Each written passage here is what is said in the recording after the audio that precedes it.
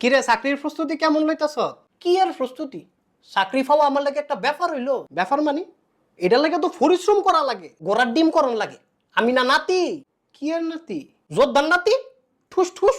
তো জোর দন্নাতি সব বালা কথা, এন আবার চাকরির সম্পর্ক কি? আরে বেটা, আমরা হইলাম প্রথম সারির লোক। আমগো হিসাবটা আলাদা। আমগো বাপ দাদা কত সাহস করে যুদ্ধ করছে। আমরা কি এত গমত রে?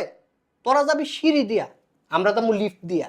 বাপ দাদাই যুদ্ধ করছে, এলাকা তোরা কিছু না করে এত সুযোগ? মাগো তারা কত সাহসের কাম করছে, তারপর একটা সম্মান তেমন লাগতো না? আরে সাহসের কাম তো তারা না করছে, তুই কিরছ? আমি কিরছি আবার? আমি বেটার নাতি হইছি। তাইলে যারা কষ্ট করে লেখাপড়া করতেছে, পরিশ্রম করতেছে, তারা কই যাইব? তাহলে তা করে কোন নাতি হইতো? পুরো বেটা, এটা একটা নিয়ম হইলো? আরে এটাই তো নিয়ম। যে জায়গায় মেধার দাম নাই, পরিশ্রমের দাম নাই, এটারে নিয়ম কয়? এটারে কি কয়? এটারে অন্যায় কয়। এই তোর সমস্যা কি রে? তুই এত কথা কস কা? বাইতে বেশি বেশি করতেছে ভাই, কোটার বিরুদ্ধে কথা কয়।